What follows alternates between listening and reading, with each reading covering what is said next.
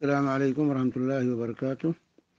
بسم اللہ الرحمن الرحیم، الحمد للہ رب العالمین، والصلاة والسلام علی خاتم الانبیاء والمرسلین وعلی آلہ وصحبہ اجمعین، اما بعد۔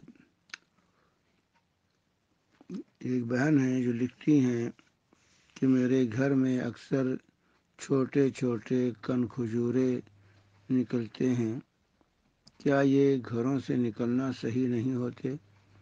میں نے کسی صحیح منہج سلف میں سے کسی سے سنا ہے، میں اذکار سورہ البقرہ اور رقیہ بھی پڑھتی ہوں، اور یہ اگر نکلتے ہیں تو اعوذ باللہ من الشیطان الرجیم پڑھ کر انہیں مار بھی دیتی ہوں۔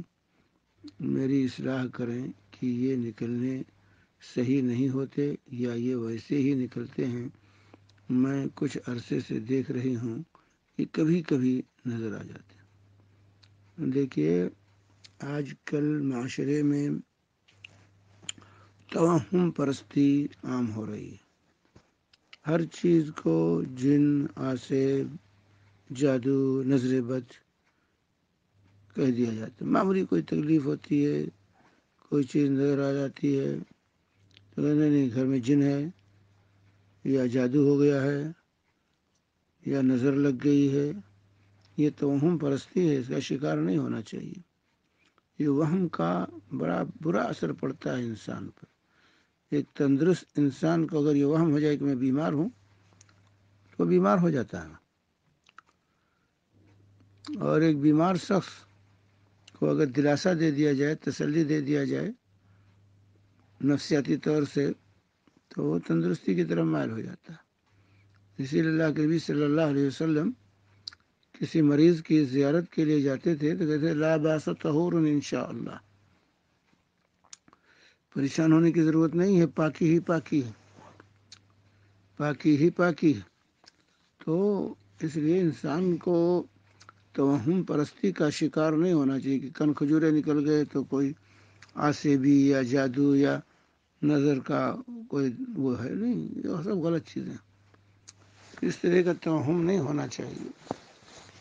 آج کل یہ بیماری بہت عام ہو گئی، ہر چیز کو لوگ، بیماریاں ہوتی ہیں اس کو بھی لوگ جو ہے دوسری تعویل کر دیتے ہیں اور کہتے ہیں نہیں آسیبی یہ سب۔ اور آج جو ہمارے یہاں تاجر رقیہ کے تاجر پیدا ہو گئے ہیں، ان تاجروں نے اور اس وہم میں، لوگوں کے وہم میں جو ہے اضافہ کر دیا ہے اور معاشرے کو توہم پرستی کا شکار کر دیا ہے۔ تو ایسے وہ نہیں کہ کیڑے مکوڑے تو گھر میں نکلتے رہتے ہیں، اس سے کیا فرق پڑتا ہے؟ سانپ بچھو بھی گھر میں نکلتے ہیں، کیڑے مکوڑے بھی نکلتے ہیں۔ تو ہر چیز کو جو ہے انسان بیمار ہوتا ہے، جس میں تکلیف ہوتی ہے، تو اس کی بنیاد پر اس طرح کا وہم کر لینا یہ صحیح نہیں۔ تو کن کھجورے نکل رہے ہیں، کوئی اور کیڑے نکل رہے ہیں، اس سے کوئی فرق نہیں پڑتا۔ ہر چیز کو جو ہے آسیبی اور جو ہے نظر بد اور اس طرح کی چیزوں سے جوڑنا یہ صحیح نہیں ہے۔ اسی لیے وہ نکلتے ہیں، نکلنے دیجیے، مار دیجیے ان کو۔ دوائیں وغیرہ گھر میں چھڑکتے رہیے، صفائی ستھرائی کا خیال رکھیے، دوائیں چھڑکیے تاکہ جو ہے اس طرح کی چیزیں کم ہوں، ختم ہو جائیں گھر میں سے۔ اللہ تبارک تعالیٰ اس توہم پرستی سے ہم سب کو نجات دلائے۔ جو ہے جو معاشرے میں اس طرح کی بدشگونیاں بھی پیدا ہوئیں، وہ توہم پرستی ہی کا شکار تھے لوگ۔ توہم پرستی کی وجہ سے بڑی خرابیاں پیدا ہوتی ہیں، اور پھر انسان جو ہے اپنے آپ کو اس وہم کے پیچھے مریض کر لیتا ہے اور پریشانیوں میں خود اضافے کا سبب بن جاتا ہے۔ ہمیشہ انسان کو اللہ پر توکل اور اعتماد ہونا چاہیے، اور اپنا عقیدہ اللہ کے ساتھ مضبوط رکھنا چاہیے، ضعیف الاعتقادی کا شکار نہیں ہونا چاہیے۔ اور اللہ پر توکل ہے تو کوئی کچھ نہیں، جن نہ بھوت نہ پریت نہ کوئی کچھ نقصان نہیں پہنچا سکتا۔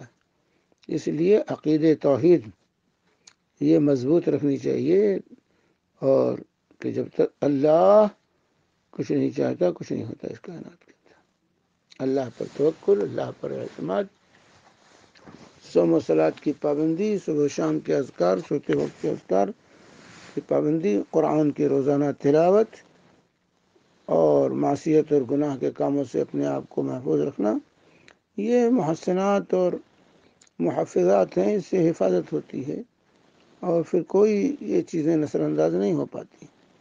تو اس لیے جو ہے انسان کو اللہ کے ساتھ رہنا چاہیے، اپنا عقیدہ اللہ کے ساتھ مضبوط کرنا چاہیے اور ضعیف الاعتقادی کا، توہم پرستی کا شکار نہیں ہونا چاہیے۔ ہر چیز سے نہیں ڈرنا، جو اللہ سے ڈرتا ہے وہ کسی اور چیز سے نہیں ڈرتا، اللہ سے ڈرنے کی کوشش کرنی چاہیے، اور ان چیزوں سے جتنا ڈریں گے اتنا وہ اور ڈراتے ہیں، اس لیے کسی سے ڈرنے کی ضرورت نہیں، اللہ پر توکل اور اعتماد ہو۔